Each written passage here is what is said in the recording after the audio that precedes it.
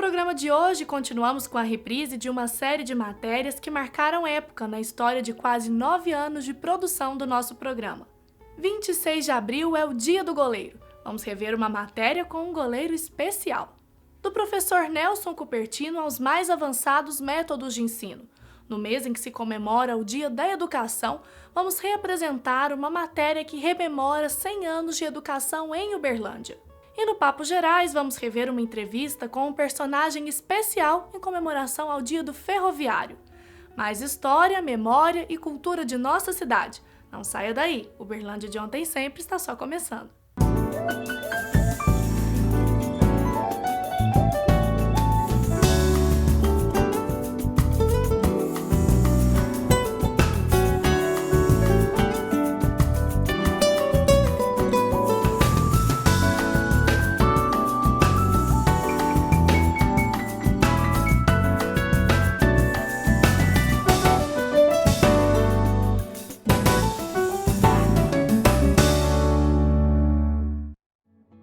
Começou a sua carreira no Flamengo, mas cultiva uma história de amor com o Uberlândia Esporte Clube.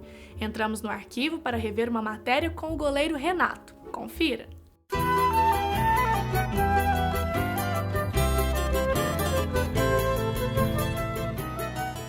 Aos 9 anos de idade, quando meu pai me levou a primeira vez no Maracanã, ele era flamenguista, e nós fomos ver um jogo do Flamengo. E eu gostei muito, achei ótimo ver aquilo e depois eu comecei a puxá-lo para o Maracanã. E eu me lembro muito bem que aos 12 anos nós estávamos vendo um jogo do Flamengo, o Flamengo estava jogando contra a Portuguesa Carioca e nós ficávamos muito atrás do gol, que ele gostava de ver o ataque do Flamengo. E nós estávamos assim, ele sempre com um amigo dele. Ele sentava mais em cima, eu sentava na arquibancada embaixo dele. E eu lembro muito bem, a bola saiu, o zagueiro foi dar um tiro de meta, eu virei para ele, pai, ele falou, o que foi? Eu falei, você ainda vai me ver aí. Eu falei, onde? Eu falei, não, eu vou jogar no Flamengo e eu vou jogar na seleção brasileira também. Eu falei, que é isso, menino, você vai ter que estudar e tal. E eu fui jogar futebol escondido do meu pai, eu não queria que eu jogasse.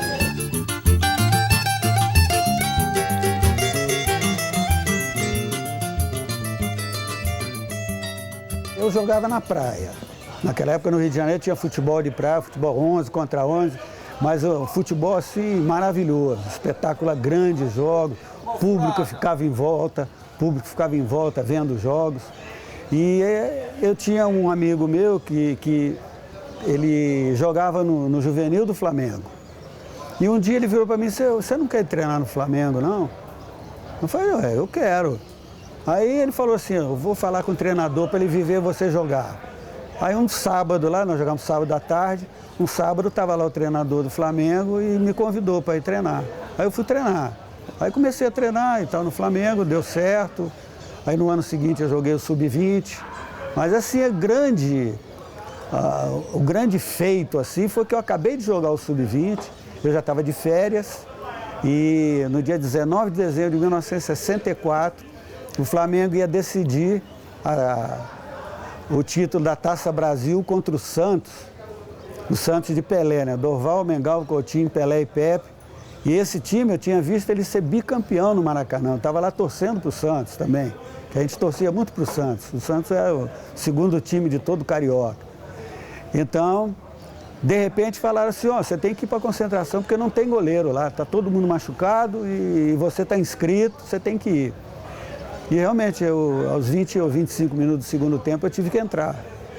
Então, eu estava sem treinar, nunca tinha treinado em primeiro time, nunca tinha treinado no primeiro time. A gente treinava contra eles, assim, né? Eu tinha muita amizade com muitos dos outros jogadores e tal, e ia estrear contra o Pelé, né? Aí deu tudo certo, graças a Deus, porque o Santos jogava pelo empate, o jogo terminou 0-0, o Pelé tentou diversas vezes fazer o gol, naquela época ele gostava muito de fazer o gol por cima do goleiro, ele viu o goleiro adiantado, jogar por cima, e ele tentou algumas vezes lá, não conseguiu, e eu acho que o maior prêmio que foi, quando terminou o jogo, ele me deu um abraço, me cumprimentou e falou que eu tinha futuro.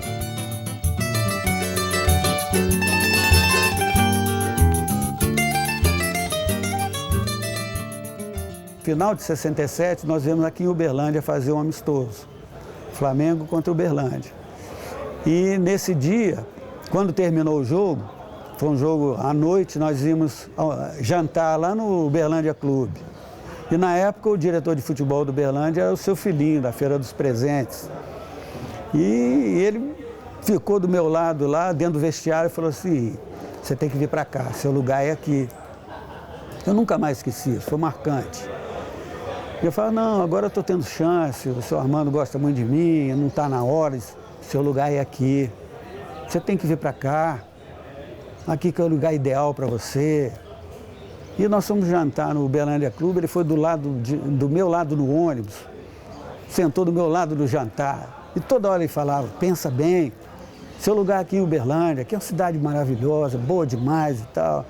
Eu falei, não, vamos ver o que vai acontecer. Aí eu fui embora. E aí aconteceu, começo de 68, saiu no jornal que eu tinha me desentendido lá, que eu não queria mais ficar no Flamengo. O Danilo Alvim era meu vizinho, tinha sido treinador aqui, era muito amigo dele também, ligou para ele e falou assim, olha filhinho, o Renato brigou no Flamengo.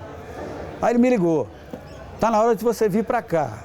Eu falei, então você vem aqui no Flamengo, compra meu passe, que eu não quero mais ser emprestado. Porque naquela época tinha que comprar o passe, né? Aí a dia do Uberlândia veio, comprou meu passe e eu vim para cá. Aí aqui eu acho que foi um grande recomeço da minha carreira. Aqui eu falei assim, não, agora eu vou sério e rápido. Se eu, em 2, 3 anos, eu não for para um time grande, eu vou parar mesmo, vou embora e vou fazer outra coisa. E aí, graças a Deus, também deu tudo certo. No finalzinho, no último campeonato mineiro, veio a proposta do Atlético, aí eu fui para o Atlético. Aí eu botei na cabeça que eu ainda voltaria para o Flamengo. Que eu falei para ele, quando eu saí, eu falei, eu volto para cá. Vocês vão ter que me aturar aqui. E aí, graças a Deus, também voltei para o Flamengo. E do Flamengo fui para a seleção. E daí a carreira foi indo, né?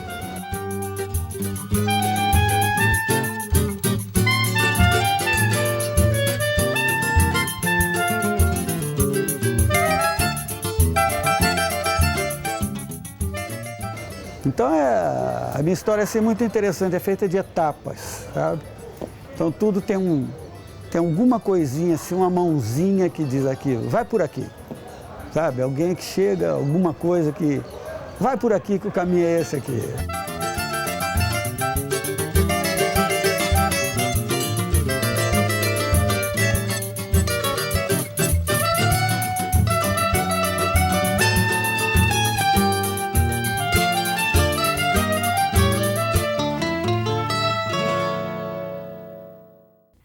Anos de educação, a tradição e os novos métodos. Vamos rever agora um especial que rememora 100 anos de educação em nossa cidade. Veja a seguir. No tempo que eu era aluno, o professor chegava em sala, passava a matéria no quadro, tinha que esperar toda a turma copiar a matéria para começar a aula. Nessa brincadeira dele passar a matéria no quadro e todo mundo copiar, foi-se aí 50% do tempo da aula. Hoje em dia, com a informática, com esse recurso, olha que legal. Eu vou lá, preparo minha aula, certo? Ao invés de eu chegar na sala e escrever no quadro o que eu faria, eu ponho isso no computador. Os próprios livros adotados eram uma coisa muito precária. E a gente vê hoje, eu gosto muito de história, e eu vou ler hoje como foi a Inconfidência. Eu leio isso agora e eu me sinto bem, agora eu estou sabendo. E a gente estudava com maior desinteresse, é um blá blá blá de decorar, e você, afinal de contas, tirava um diploma e constava de história também, de história do Brasil, mas você não sabia nada. Quais foram, por exemplo, os presidentes da República Velha? Precisamos decorar isso hoje? Não, eu entro na internet, pesquiso, eu tenho lá o nome de todos, o período que entrou, o período que saiu, os principais acontecimentos. Ótimo, ganhamos esse tempo. Não precisamos mais decorar essas coisas. Então vamos analisar criticamente os presidentes daquele período. E essa questão da inclusão digital é uma necessidade. E todo sistema, seja privado ou público, ele não pode prescindir do investimento nessa área. Porque senão nós temos hoje o analfabeto, que é o analfabeto com conceito tradicional, e daqui a uns tempos nós vamos ter o analfabeto digital. Agora, ele é um recurso para a mão do professor. Na educação, nada substitui a relação humana. Nessa época da palmatória da minha mãe. E a minha mãe era de uma época que ela fez curso primário, no curso primário era já ledora, e começou a fazer ginásio. Com 6 meses tiraram ela da escola porque mulher não precisava fazer curso de ginasial. Então, aí palmatória podia, mas estudar não podia, né? A educação que a gente tinha anos atrás ainda era uma educação muito voltada aos conceitos maquiavélicos. O príncipe tem que se pensar entre amado e temido. Bom, no século XVIII vieram os iluministas e Voltaire tem uma fala que é fantástica quando ele diz assim: posso não concordar com uma palavra do que disseis, mas vosso direito de dizer tem que ser preservado, certo? Então, o direito à expressão, o direito à fala. Existe um temor das pessoas em relação a isso. Quando você desperta o amor do aluno, não quer dizer que você não vá pôr limites. Os limites são necessários, certo? Mas eles não precisam ser duros, eles não precisam ser agressivos. No período militar, o patriotismo é trabalhado de uma forma impositiva, de uma forma descontextualizada. E, de repente, acaba-se o regime militar e os sistemas educacionais jogaram tudo fora. Não poderia ser assim, entendeu? Então, por exemplo, se uma escola hoje canta o hino nacional hoje, que antigamente era uma coisa que era básica, era obrigatória, e hoje não se faz isso, algumas escolas fazem. Então, por que fazia demais, agora faz de menos? Eu lembro da minha mãe contar de cantar o hino todos os dias antes de começar a aula, e cantava não só o hino nacional, tinha outros, tinha hino da Inconfidência, hino da Liberdade, tinha mais uma porção. E isso já não tinha na minha época, que foi dos anos 30, né? Então, o abandono da educação moral e cívica, eu noto ela como algo importante, como algo salutar à educação. Foi necessário abrir mão disso para que a gente buscasse o equilíbrio. Hoje, quando eu vejo, por exemplo, uma escola executando o hino nacional igual a gente executa em eventos esportivos, em momentos marcantes, a gente vê os alunos cantando o hino com um orgulho muito maior de ser brasileiro, de se reconhecer brasileiro, do que naquele período. Porque hoje a gente também vive um país diferente. Quando o Colégio das Freiras começou, muito rapidamente houve o meio de internato. Ali era a escola só para as moças e com todos os costumes da época. O internato muito rigoroso, a maneira de vestir tinha que ser de acordo. O que a gente acha mais incrível até hoje é que não tiravam a roupa toda para tomar banho, tomava banho de camisolão. Eu, por exemplo, estudei numa escola que foi uma criação do regime, na época do regime militar, e foi uma das melhores escolas que eu estudei. Que a escola é um projeto a nível federal, né, as escolas polivalentes. Em 1970 nós tínhamos inglês através do método audiovisual. Então era um recurso que era feito na época, isso em 1970. Eu tive, tio da mamãe, irmão do meu avô, o maior professor de Uberlândia, Nelson Cupertino. Então, ele foi uma pessoa que estudou aqui o que pôde. Ele, quando ia começar a universidade, ele fez um cursinho em que ele preparou os alunos e tudo. O sistema educacional ele tem que modificar a sua configuração de escola. A escola para você, para todos, não mudou muito pouco. E o sistema hoje educacional, ele é tão conservador que às vezes você entra numa sala de aula que é um atrás do outro. E quantos anos já é assim? Porque os tempos mudaram de tal forma que a educação tem que mudar. Eu quero ser veterinária, mas hoje eu fui no museu e eu acho que eu vou ser uma arqueóloga.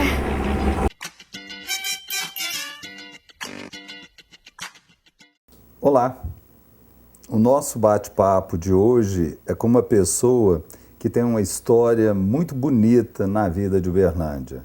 Já foi vereador, trabalhou na antiga Mogiana, foi presidente do Sindicato dos Ferroviários e tem muitas histórias para compartilhar conosco.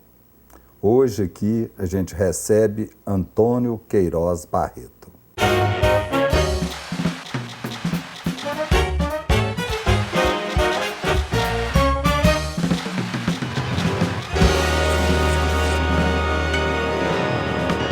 São Antônio, com quantos anos o senhor mudou para Uberlândia? Eu mudei para Uberlândia, eu tinha 14 anos. Então eu tinha 6 anos quando eu vim para Araguari. Para Uberlândia eu vim com 8 anos, voltei para Goiás de novo. Depois, com 14 anos, eu entrei na ferrovia. Então, como eu não tinha idade, eu me registrei com 18 anos para poder trabalhar na ferrovia. E como que o senhor ficou fazendo esses 4 anos aí, dos 14 aos 18? Eu fui trabalhar na estrada de ferro. E foi trabalho pesado.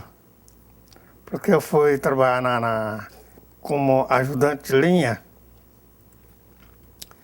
Então era serviço muito pesado. Naquela época você tinha que trabalhar, era socando linha, aqueles socorro. Você tinha que trabalhar com... carregando dormente, aquela coisa era tudo. Então era uma época difícil. Mas venci. Com essa idade, né? Mas eu tinha registrado. Vou ter que trabalhar, eu tinha que aguentar, bom. Mas você foi registrado só com 18 anos? Com 18 anos.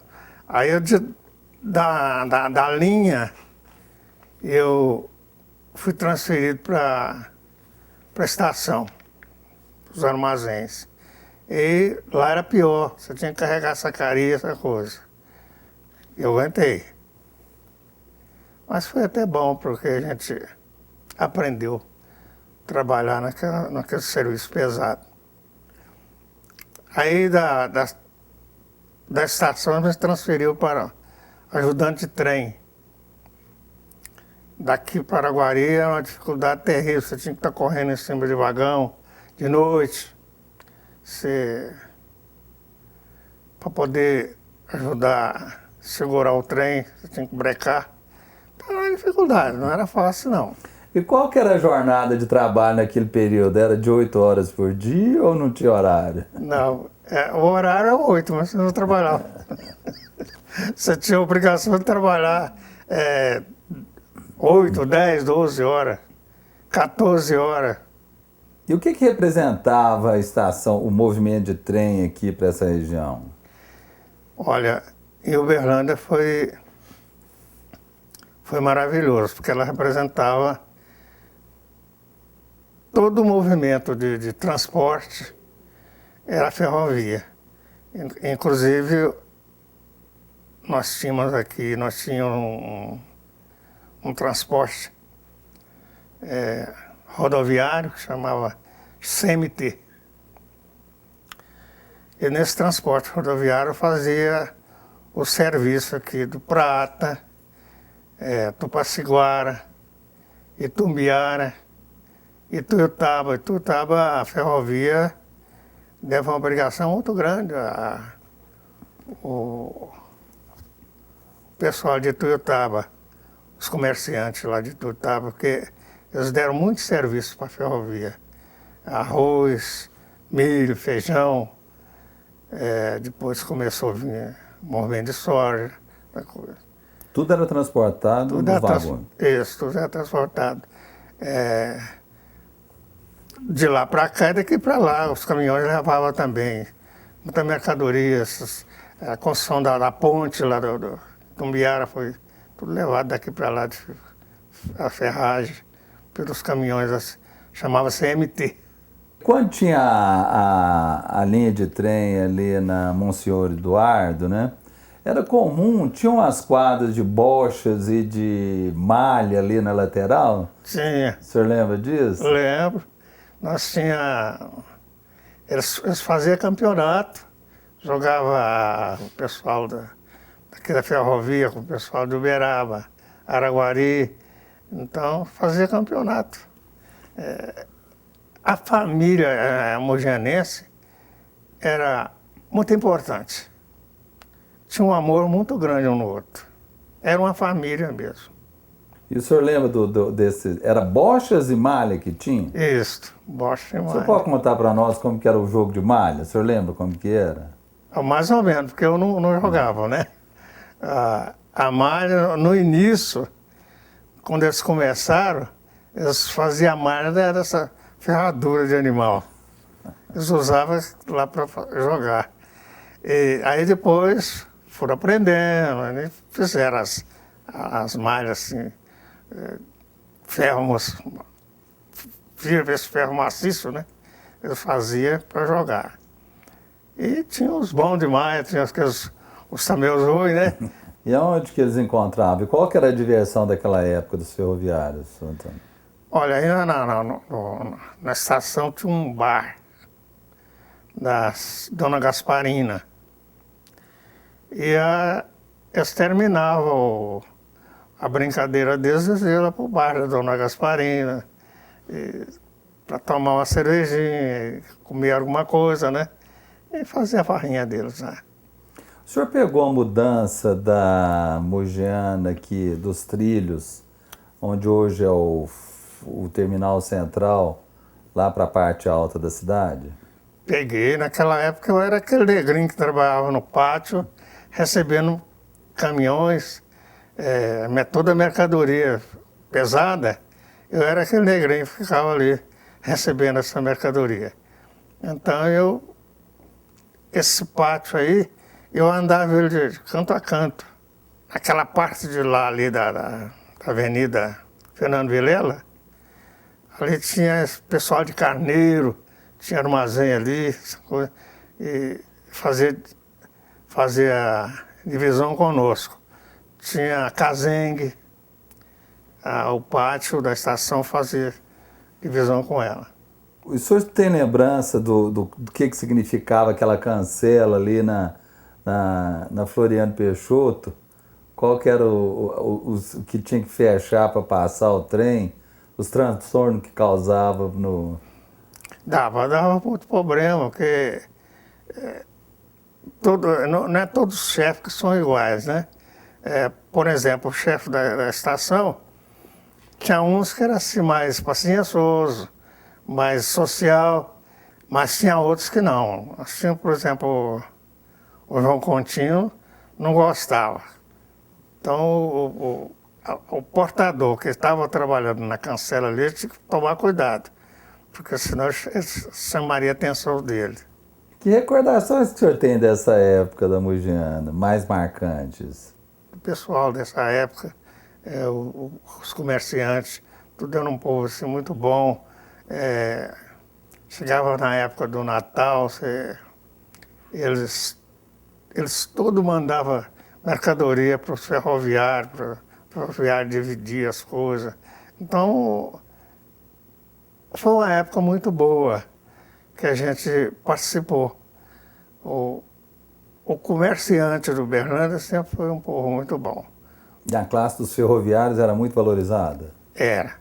O ferroviário tinha um valor muito grande.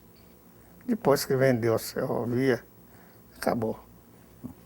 Sr. Antônio, muito obrigado. Foi um prazer muito grande receber o senhor aqui. Eu fiquei muito contente de falar com você e com os meninos.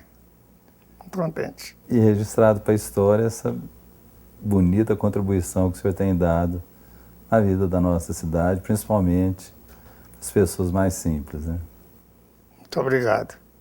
Até a próxima. E hoje nós ficamos por aqui. Envie as suas sugestões de reprise para o e-mail close@close.com.br e conte pra gente o que você gostaria de rever aqui em nosso programa.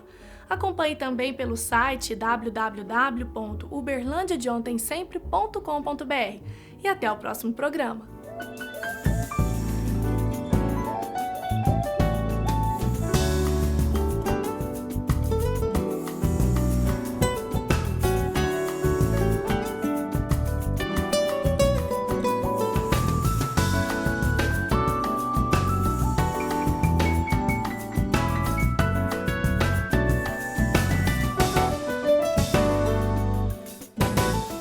Patrocínio Algar, gente servindo gente. Incentivo, Lei Estadual de Incentivo à Cultura de Minas Gerais.